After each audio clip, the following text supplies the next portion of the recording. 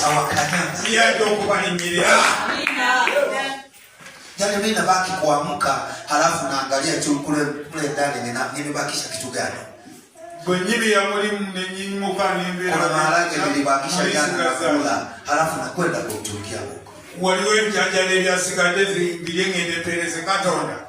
Hata ninapofanya kazi ya kuniingizia kipato, nemba kolo mulimo gwo kumpa omusala, niko ninamtukuza Mungu.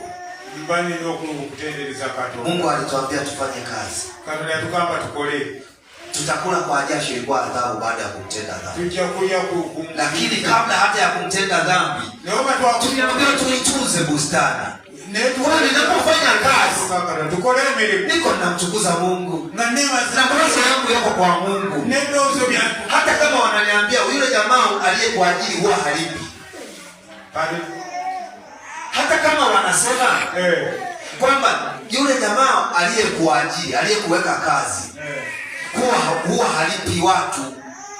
Kubanga weneba kola ngote yateka ku mulimu tafuteyo kubanga. Mimi nina imani kwa sababu namtegemea Mungu atanilipa. Neno kukiriza nga maiti katonda jakusasula. Amina.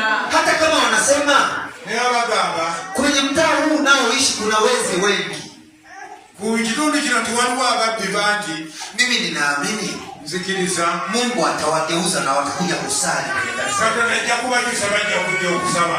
Haleluya.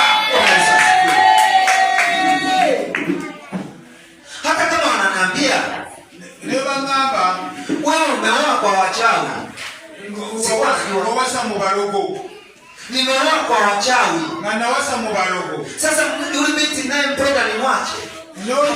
Umuwala kwenye ninayemwamini, Mungu ninayemtegemea, Mungu ninayemtumainia atawakanyaga kabla hata hawajaanza. Atakubali njia ngati bana bakukupira batandika okutya.